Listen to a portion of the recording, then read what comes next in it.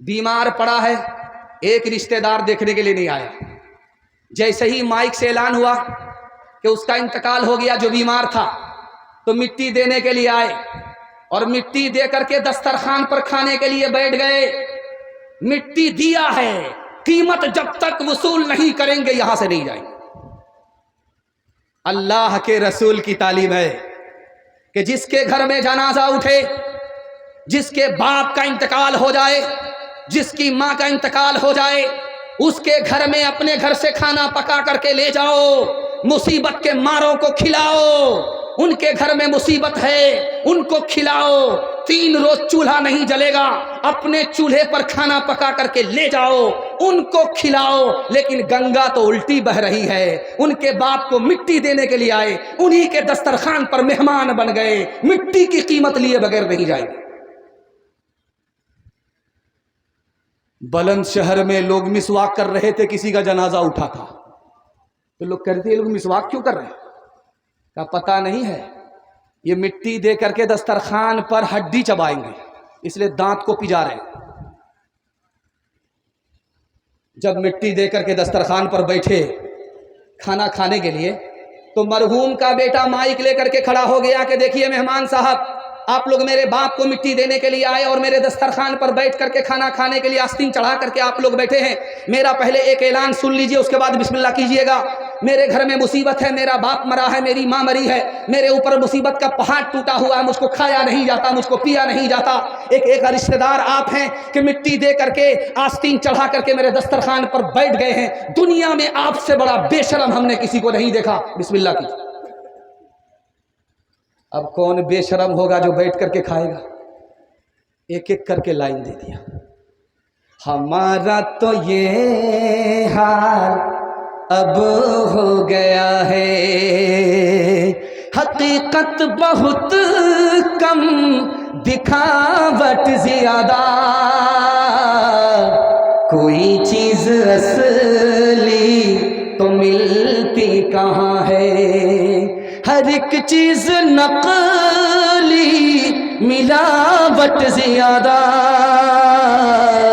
کوئی چیز اصلی تو ملتی کہاں ہے، تیری پارسائی کی شیشہ گری ہے، دکان گویا پھیکی سجاوٹ زیادہ، دکان گویا پھیکی سجاوٹ زیادہ، ہے انسانیت بھاگتی آج ہم سے، کہ اخلاق کی ہے گراوٹ زیادہ، ہے انسانیت بھاگتی آج ہم سے، کہ اخلاق کی ہے گراوٹ زیادہ، ہے انسانیت بھاگتی آج ہم سے۔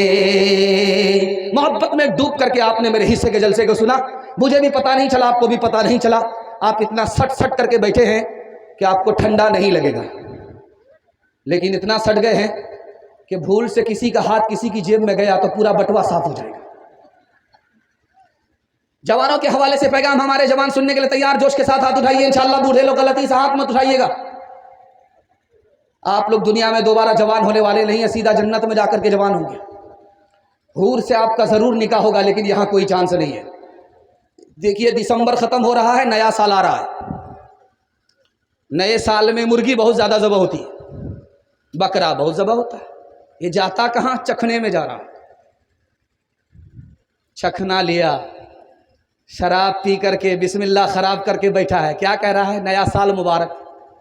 بسم اللہ خراب کر کے بیٹھ گئے، نیا سال کیسے مبارک ہوگا؟ بسم اللہ جب خراب ہو گیا تو 2025 جیسے خراب گیا اسی طرح 2026 خراب جائے گا۔ آپ کا سال اچھا ہو جائے، میں اسی کا پیغام آپ کو دینے کے لیے آیا ہوں۔ جب 2026 آئے گا، 1 جنوری میں جب 12 بج جائے گا، دسمبر 12 بج جانے کے بعد جب 1 جنوری ہوگی تو دھماکہ ہوگا۔ اس دھماکے کے وقت میں تکیہ پر سر رکھیے، 3 بات کو سوچئے گا۔ اللہ نے انسان بنایا، انسانیت کو بچانا ہے، اللہ نے مسلمان بنائے، اسلام کیسے بچے گا؟ اللہ نے آخری نبی کی امت میں پیدا فرمایا، نبی کی شفاعت کیسے ملے گی؟ 3 منٹ کا جائزہ لیجئے، جشن کو چھوڑ دیجئے، میں گارنٹی لیتا ہوں 2025 خراب گیا، 2026 اچھا جائے گا۔ ہاتھ اٹھائیے، وعدہ کیجئے شراب سے خود بھی بچیں گے، دوسرے کو بچائیں گے۔ ہاتھ اٹھا دیجئے انشاءاللہ۔ جوانی میں پکڑا ہے، بڑھاپے میں چھوڑ دیں گے۔ ہاتھ اٹھا دیجئے انشاءاللہ۔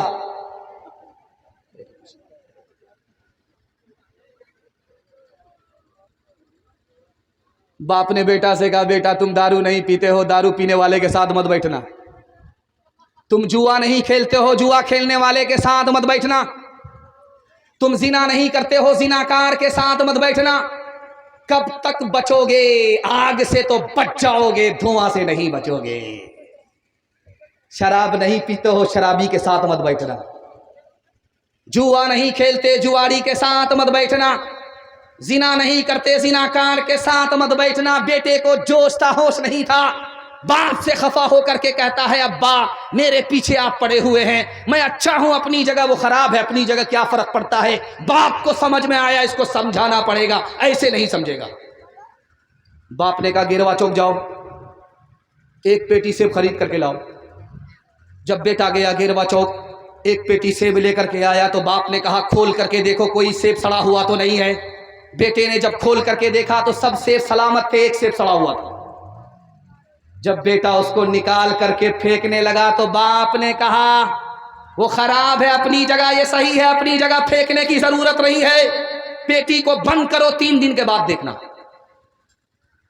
3 دن کے بعد جب بیٹے نے پیٹی کو کھولا، پوری پیٹی سڑ گئی۔ اب باپ نے موقع کا چوکا مارا، تم تو کہتے تھے وہ خراب ہے اپنی جگہ، یہ صحیح ہے اپنی جگہ۔ بیٹا، 1 سیب نے پوری پیٹی کو سڑا دیا، 1 خراب آدمی پورے خاندان کو خراب کر دیتا ہے۔ ہاتھ اٹھائیے، وعدہ کیجئے خود بھی دارو سے بچیں گے، پورے سماج کو دارو سے بچائیں گے انشاءاللہ۔ گلاسوں میں جو ڈوبے پھر نہ ابھرے، زندگانی میں ہزاروں بہ گئے ان بوتلوں کے بند پانی میں، نہ کرے برباد اپنی زندگی بوتل کے دیوانے، وہ کاٹے گا بڑھاپے میں جو بوتا ہے جوانی میں۔ یہ دارو کا پیالہ موت کا کڑوا پیالہ ہے، یہ دارو کا پیالہ موت کا کڑوا پیالہ ہے۔ ملا ہے زہر شربت میں، چھپی ہے آگ پانی میں، ملا ہے زہر شربت میں، چھپی ہے آگ پانی میں۔ ماشاءاللہ کھریا کے لوگ، اتنا بڑا جلسہ، کتنی بڑی محنت، کتنے بڑے حوصلے کے ساتھ آپ نے کیا ہے۔ میں اس جلسے کے واسطے آپ کے واسطے دعا کرتا ہوں، اللہ ہمارے جوانوں کو دین دنی رات چگنی ترقی سے مالا مال فرمائے۔ آپ لوگ آنکھ پھاڑ پھاڑ کر کے مجھ کو ایسے دیکھ رہے ہیں، مجھ کو ڈر لگتا ہے کہ کہیں آپ کی نظر نہ لگ جائے، لیکن میں بھی چالاک آدمی ہوں، کالی پگڑی باندھ کر کے آیا۔ دھیان سے سنیے گا، یہ آخری جلسہ ہے، آخری پیغام ہے مردوں کے حوالے سے، اس کے بعد عورتوں کے حوالے سے مجھے صرف 2 پیغام دینے ہیں۔ 5 منٹ میں میرے حصے کا جلسہ مکمل ہو رہا ہے، سو کر کے سنیں گے، ہاتھ اٹھائیے انشاءاللہ۔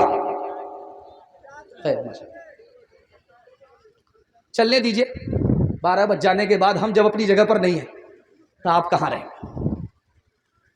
رانچی میں بھی اعلان ہوا رمضان میں، پٹنہ میں بھی اعلان ہوا رمضان میں، کلکتہ میں بھی اعلان ہوا رمضان میں، الوداع جمعہ میں، رانچی میں کیا اعلان ہوا اس کو سناتا ہوں، پیغام کو ختم کرتا ہوں۔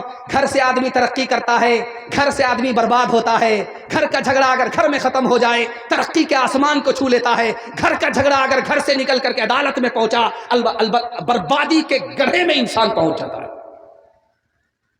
الوداع جمعہ میں امام صاحب نے مائک لے کر کے اعلان کیا، لوگوں اعلان سنو، الوداع جمعہ ہے، عید کی نماز 7:30 بجے عیدگاہ میں ہوگی، عید کی نماز 8:30 بجے عیدگاہ میں ہوگی، عید کی نماز 9:30 بجے عیدگاہ میں ہوگی۔ تو ایک آدمی خفا ہو کر کے کھڑا ہوا، امام صاحب اعلان واپس لو، اگر عیدگاہ میں پڑھو گے میں کبھی نہیں پڑھوں گا، مسجد میں پڑھو گے تمہارے ساتھ پڑھوں گا۔ تو امام صاحب کے پیر کے نیچے سے زمین نکل گئی، بلایا، کیوں بھائی کیا پریشانی ہے تم کو؟ عید کی نماز ہے، جمعہ کی نماز نہیں ہے، عید کی نماز عیدگاہ میں پڑھی جاتی ہے، تم کو کیا پریشانی؟ تو وہ خفا ہو کر کے کہتا پریشانی میرے بھائی کا 10 سال سے کیس چل رہا ہے، وہ منحوس عیدگاہ میں پڑھتا ہے، اس منحوس کے ساتھ میں کبھی نہیں پڑھوں۔ تو امام صاحب کو سمجھ میں آ گیا اس کے بھائی کا جھگڑا ہے، حل کر دیتے۔ تو امام صاحب نے کہا رے پریشان کیوں ہوتے ہیں، تمہارا جھگڑا منٹ میں حل کر دیتے ہیں، تم بھی عیدگاہ میں نماز پڑھنا، وہ بھی عیدگاہ میں نماز پڑھے گا، وہ ایک کنارے نماز پڑھے گا، تم ایک کنارے نماز پڑھنا، جب نماز ختم ہو جائے گی وہ الگ راستے سے چلا جائے گا، تم الگ راستے سے چلے جاؤ گے، سانپ بھی مر گیا لاٹھی بھی نہ ٹوٹی۔ تو خفا ہو کر کے کہتا ہے کہ آپ ایک کنارے کی بات کرتے ہیں، اگر مجھے پتا چل گیا کہ میرا بھائی جنت میں گیا ہے تو میں جنت میں بھی نہیں جاؤں۔